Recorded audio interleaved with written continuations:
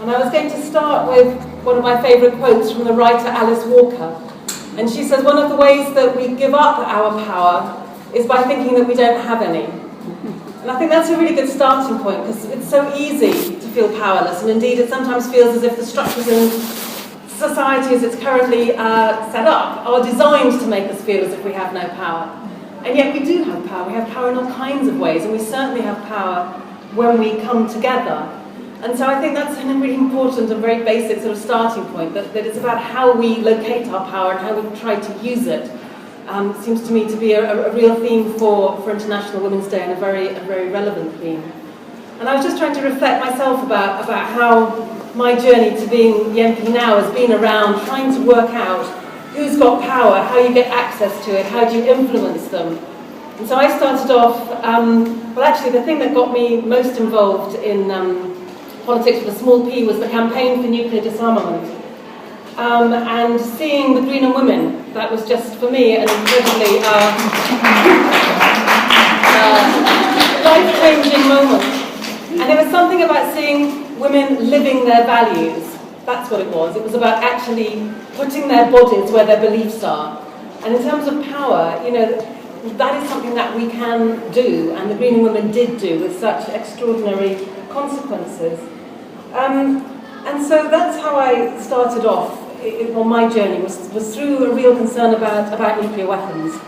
And then I was thinking about why do we have nuclear weapons? Why have we allowed the world to get to this point? And of course, I don't have time in a few minutes to develop that idea in depth, but clearly it's to do with global injustice. It's to do with the fact that there's so much conflict in the world because there's so much injustice in the world.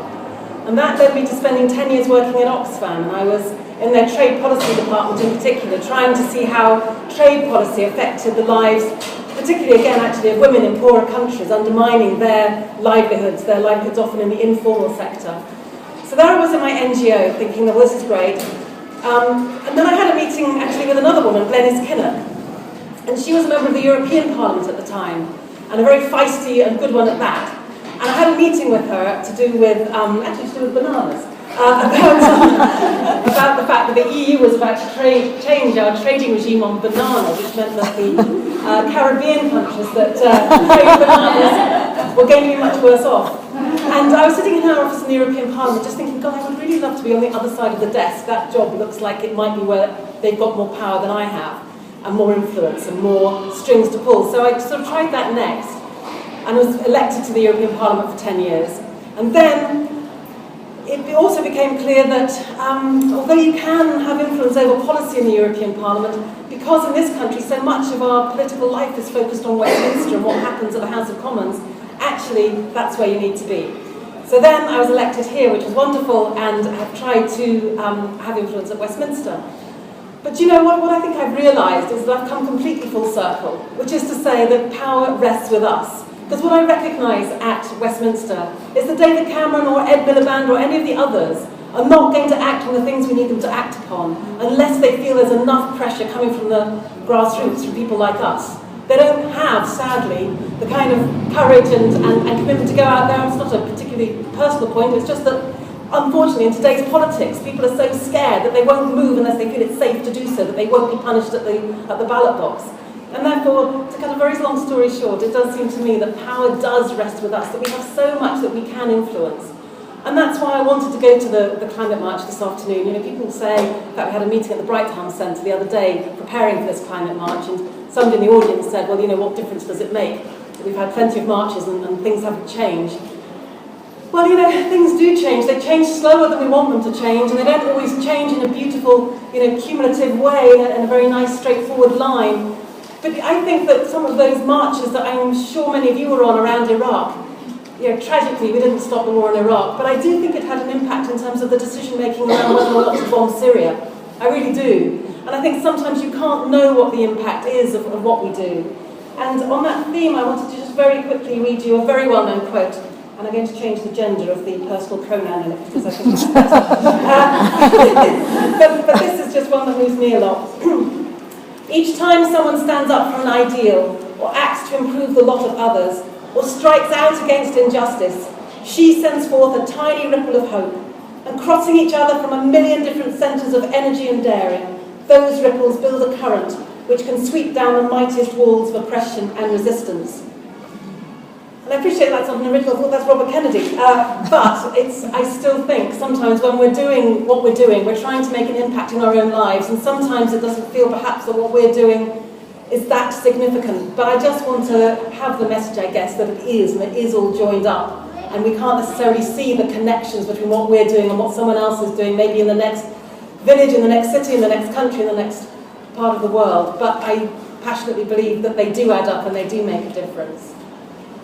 In terms of trying to address the issue of writing, which is what we're going to be focusing on just now, I was just going to say two final things. One was that I think the book that made the most difference to my life was a book by Jonathan Porritt called Seeing Green, which he wrote in 1984, and I read it in 1986. And literally on the same day as I finished reading it, I went and joined the Green Party because I noticed that it said on the very back page that the Green Party was based in the Clapham High Road, and I happened to be living in a manky bed sitting Clapham at the time, and it seemed like a good idea.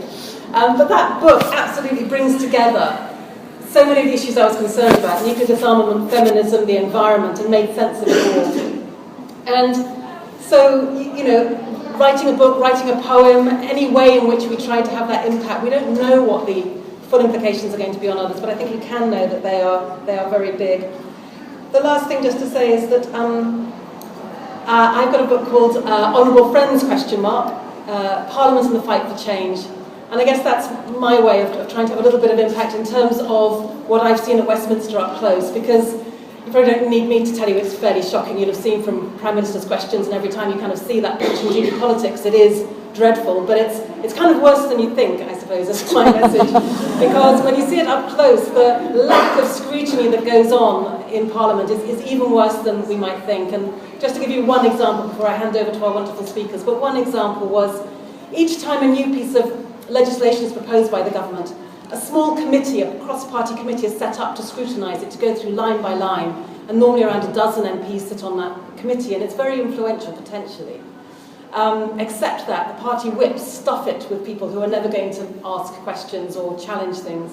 And so when it came to the Health and Social Care Bill, one of the most controversial and damaging pieces of legislation to go through this Parliament, there was a bill committee set up to scrutinise it, and a Tory MP, actually, Sarah Wollaston, who has a background as a GP, a general practitioner, and you know, she believes she was elected partly because of health experience, and she wanted to sit on that committee, be able to try to bring her experience to bear on the amendments and how to improve that draft.